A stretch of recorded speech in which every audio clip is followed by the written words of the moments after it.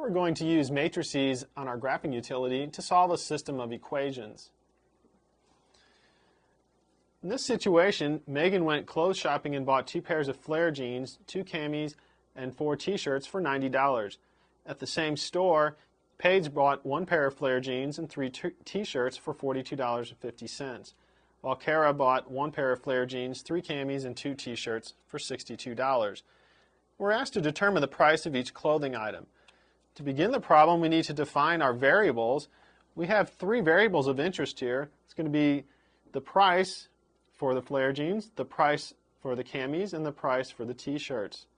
So we're going to go ahead and let x equal the dollars or price for the jeans.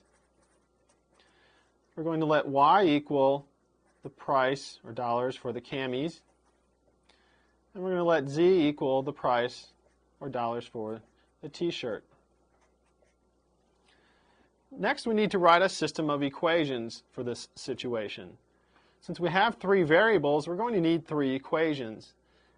We can see from the problem setup that we can get an equation for what Megan purchased, another equation for what Paige purchased, and then a third equation for what Kara purchased. Each one of those deals with a total amount of money. So we're going to make a little note here for Megan, Paige, and Kara. We know that Megan bought 2 pairs of flare jeans, so she spent $2x on flare jeans, plus she bought 2 camis, so she spent $2y on camis, plus she bought 4 t-shirts, so she spent $4z on t-shirts, for a total of $90. Paige bought 1 pair of flare jeans, so she spent x dollars on jeans, plus she bought 3 t-shirts, so that's plus 3z dollars, and for a total of $42.50. Kara bought 1 pair of flare jeans, so she spent x dollars on jeans. She bought 3 camis, so she spent 3y dollars on camis, and 2 t-shirts, so she spent plus 2z dollars on t-shirts, for a total of $62. Now that we have our system of equations, we want to go ahead and enter this into our calculator. We're going to use our augmented matrix. Remember that the augmented matrix consists of the coefficients of the variables, and we also need the right-hand side. One thing we're going to have to pay attention to is in our second equation here, there is no y term. So we need to remember to enter a coefficient of 0 for the y coefficient. If we go to our calculator, we want to go to matrix mode. That's a second function on the reciprocal key, so we press second and the x inverse key. We want to edit the matrix, so we're going to move to the right 2 times to highlight the edit screen. We're going to go ahead and use matrix A, the first matrix. So we're going to pick matrix 1. We need to give it dimensions. We're going to have 3 rows and 4 columns, because we have 1 row for each equation. We get a column for each variable, and then 1 for the constant. So we'll enter 3, enter, and 4, enter. And that sets up the matrix for us. We just need to enter in all our coefficients now. We're going to go ahead and go through each equation one at a time. So for Megan, coefficient on x was 2.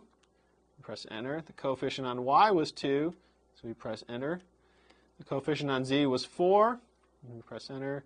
And then the constant was 90. Next we move on to Paige. We have a coefficient of 1 for x. Remember for y here our coefficient is 0. We need to put that in. For z the coefficient was 3 and the constant was 42.5.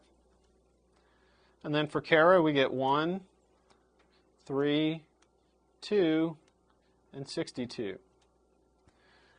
Now that we've finished entering the coefficients for our matrix, we want to exit out of the matrix mode just so we don't accidentally change anything.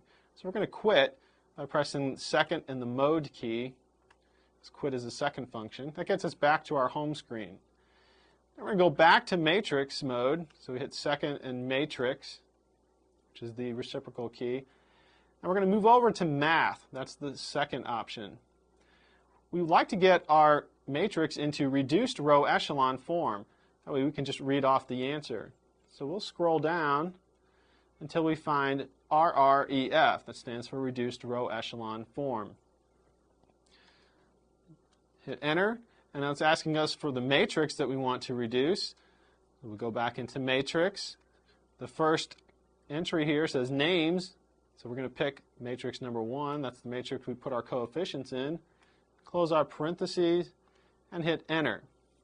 Now we can see from our matrix that x is equal to 24.5, y is equal to 8.5, and z is equal to 6. So coming back to our system, we can see that each pair of the flare jeans cost $24.50. Each cami will cost $8.50. And each t-shirt will cost $6. And so we found the price for jeans, for the camis, and for the t-shirts.